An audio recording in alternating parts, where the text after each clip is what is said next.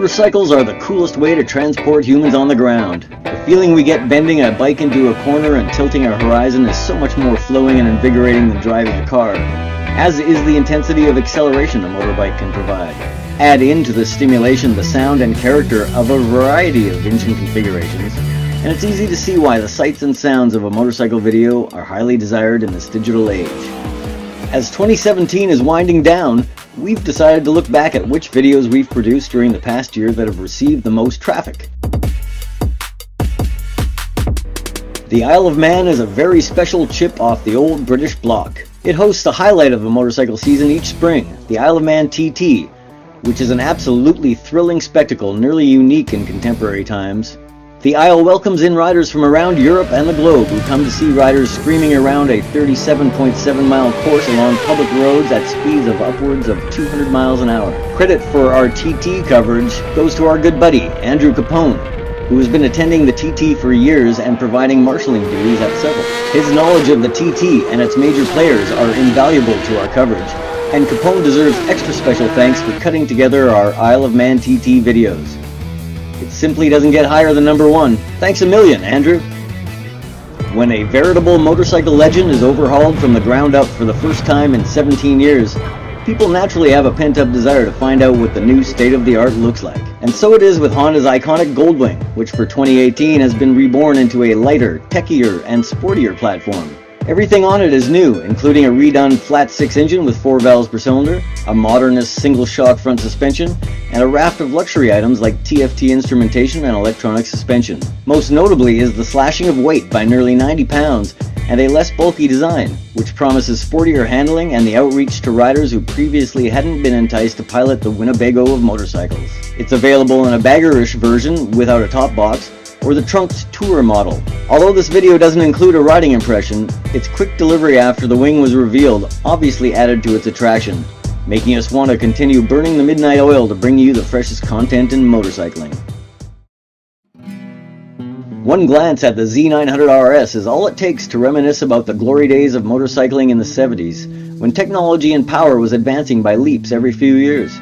When the Kawasaki Z1 debuted in 1973, its 903cc 4-cylinder motor leapfrogged the venerable Honda CB750 as the new king of superbikes.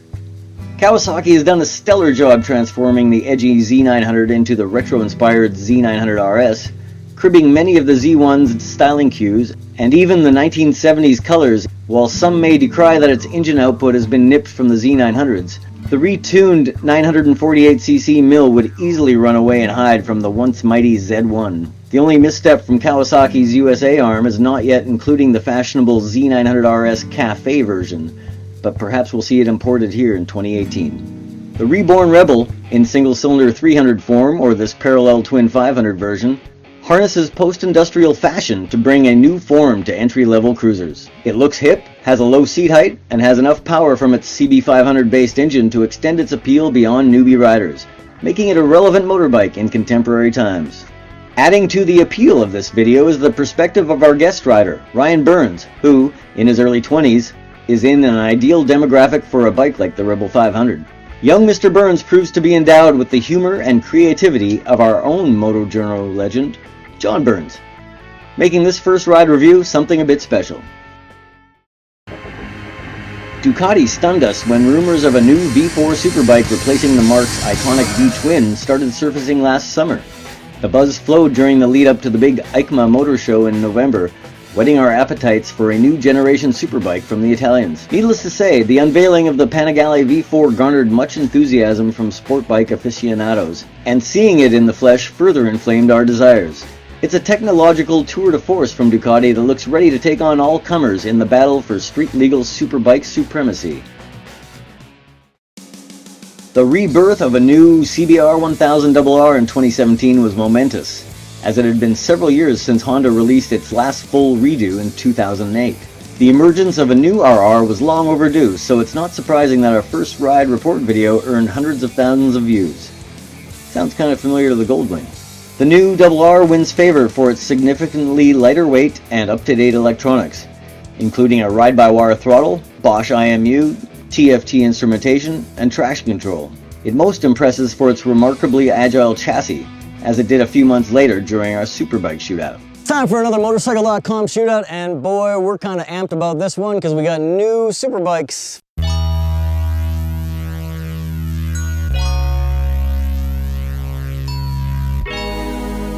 Sport bike classes might not enjoy huge sales, but the Superbike segment is as much a technological halo exercise as it is about OEM profits.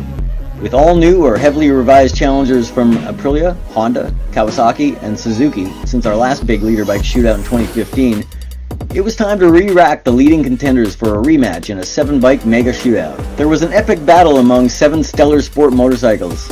The Honda stood out for its nimbleness and lightest weight, while the Suzuki's low to mid-range power gave it an advantage over the other 4-cylinder bikes despite its lowest MSRP. Except nobody told the still incredible BMW S1000RR, which somehow offers equal low-end grunt to the Gixxer while enjoying a 16 horsepower advantage up top. But it was the wonderfully intoxicating Aprilia RS V4 that won our hearts and our scorecards, thanks to its mellifluous and 180 horse V4 motor, sublime chassis communication, colored TFT instruments, and even cruise control. We can't wait to find out how its RF version will match up with Ducati's new Panigale V4 in a battle of Italian V4s. So enough with the styling and the seat and stuff. Let's go on the racetrack and see how it does. The 600cc Supersport class is slowly withering away in favor of larger and more powerful leader bikes, but you wouldn't know it by the amount of attention this video has been drawing. It's even more of an accomplishment when you consider this revamp of the R6 consisted mostly of just bodywork, fork, and brake components borrowed from its R1 big brother. So let's start with the engine. The same old 600 as the last R6, but I'm not complaining.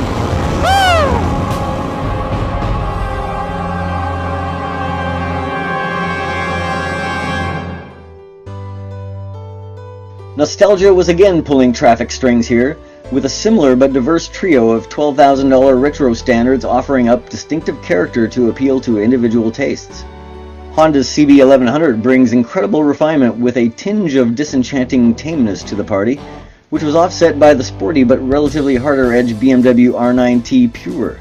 Meanwhile, Triumph's Bonneville T120 Black hung in with the others despite its horsepower deficiency. The results of our subjective scorecards proved interesting, with Brassfield and I ranking the trio within 1% of each other. John Burns expressed varied scores, giving the Honda top marks while subjecting the BMW to a clear last place ranking. When all the scores were added up, it was a neck-to-neck finish, with the CB1100 edging the Bonneville by just 0.5% and the 9T just another 0.5% further in arrears. There's plenty to love in all three of these attractive and usable machines. The popularity of this comparison of mid-size sporty standards is emblematic of the gradual shift away from sport bikes to more versatile machines. Bikes like the lovable Yamaha FZ7, refined Suzuki's SV650, and playful Kawasaki Z650 are really almost any rider needs from a street bike. A little extra flavor was injected into this comparison with the inclusion of Harley's new Street Rod and Benelli's TNT 600.